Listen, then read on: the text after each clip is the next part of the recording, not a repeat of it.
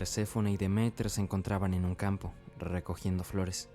En un momento, Perséfone se inclinó a recoger un narciso.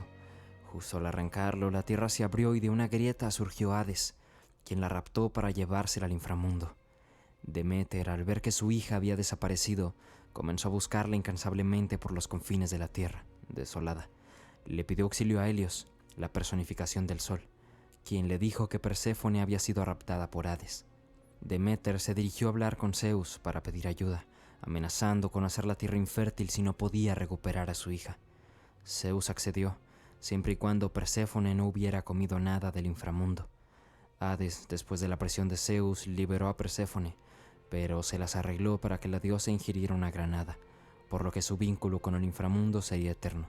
Sin embargo, Deméter y Hades llegaron a un acuerdo.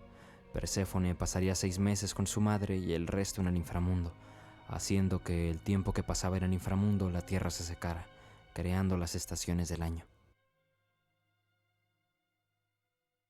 El ser humano siempre ha tenido la necesidad de explicar su entorno. Sin embargo, no siempre tuvo la sabiduría para entenderlo de manera racional, por lo que optaba a hacerlo a través de mitos como el de Perséfone, la diosa de la primavera. Conforme pasaba el tiempo, en la antigua Grecia comenzaba un cambio socioeconómico y de ideología, debido a que poco a poco se podía convivir con otras culturas. Eso hacía que las personas se cuestionaran más cosas, que especularan, dando un surgimiento a la filosofía. Esto ocasionaba que los estudiosos ya no buscaran la respuesta en mitos o leyendas, sino que lo hacían en pensamientos racionales, en la lógica.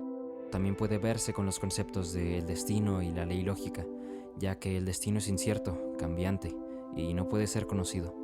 Todos tenemos un destino que va evolucionando de acuerdo a nuestras acciones, pero la ley lógica podemos conocerla, está estrechamente relacionada con el presente.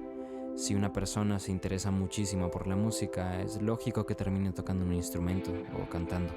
El destino de esas decisiones sería incierto, puesto que puede terminar siendo una gran estrella o simplemente tenerlo como un hobby.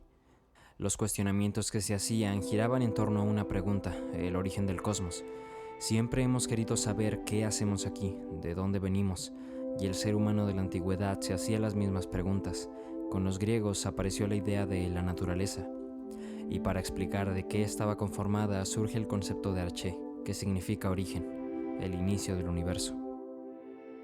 ¿De qué está hecho el mundo? ¿Cómo llegamos aquí? Eran cosas que necesitaban una explicación racional que aún no se tenía, pero los primeros filósofos ya tenían teorías según su lógica. Una de las primeras escuelas filosóficas presocráticas es la de los milesios, en la cual distinguimos a Tales de Mileto, quien sostenía que el arché era el agua. Decía que era lo que dio origen al universo. Él pensaba que la tierra sobre la que estamos era una especie de isla flotando sobre agua, explicando que por eso a veces la tierra tiembla, ya que se tambalea al estar encima del agua. Otro integrante de la escuela de los milesios fue Anaxímenes de Mileto, quien creía que el arché era el aire, sustituyendo lo pensado por Tales. Sostenía que debido a que el aire era invisible e infinito, era lo que había dado el origen al universo. Por otro lado, Anaximandro de Mileto, otro miembro de la escuela de los milesios, creía en un concepto más abstracto, el apeirón, que puede ser lo indefinido o lo ilimitado, algo que no podemos conocer. Posterior a la escuela de los milesios tenemos a Pitágoras, quien argumentaba que el arché eran los números. Según los pitagóricos, los números aparecen en parejas, por lo que afirman que la naturaleza es algo dualista, noche-día, macho-hembra, y a cada cosa le asignaban un número. Por ejemplo, al universo se le atribuía el número 10, por considerarse perfecto.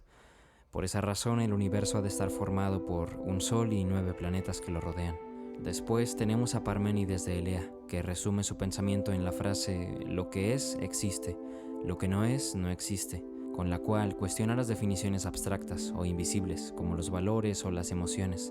A su vez tenemos a Heráclito de Éfeso, quien plantea su visión con la dialéctica, que se refiere a la lucha de opuestos, fuerzas o argumentos que chocan entre sí para llegar a una conclusión o a un equilibrio. Debido a que en esta época se iniciaba a cuestionar la existencia del cosmos y nacía la necesidad de entendimiento, surgió en el siglo V a.C. la llamada Ilustración griega, la cual tenía 2 conceptos básicos en su filosofía: el escepticismo, que sostenía que la verdad absoluta no existe, y el relativismo, diciendo que aunque la verdad exista, no puede conocerse. Es en este siglo en el que aparece un personaje muy importante. En el 470 a.C., en Atenas nace Sócrates, miembro de una familia de pocos recursos, hijo de un escultor y una partera, siendo la profesión de su madre una parte primordial para su trabajo filosófico. El trabajo de Sócrates fue muy controversial, debido a que compartía época con los sofistas, quienes eran pensadores que se dedicaban a impartir el conocimiento cobrando por sus servicios. Estaban muy ligados a la política y se llamaban a sí mismos maestros de la filosofía. Sócrates, por otra parte, no cobraba por sus servicios, se dedicó durante la mayor parte de su vida a la enseñanza. Siempre buscaba que se hiciera una especie de examen de conciencia, y para él existen dos tipos de conocimiento, el saber teórico y el saber práctico. Y dentro del saber práctico existen la poiesis, que según el filósofo era la más importante, ya que es la que nos permite crear, y la praxis, que se refiere al conocimiento social. Sócrates, para hacer que cualquier persona llegara al conocimiento, utilizaba un método llamado mayéutica, que era un proceso similar al utilizado cuando se ayudaba a parir, observando la influencia que tuvo el oficio de su madre, haciendo que esta técnica ayudara a parir ideas.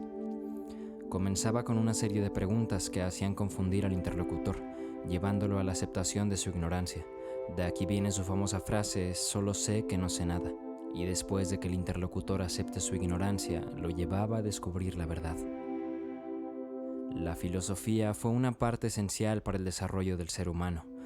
A partir de todos los cuestionamientos intelectuales que se plantearon pensadores como Sócrates, logramos avances en ramas como la astronomía y la física, haciendo muy clara la importancia de estos personajes.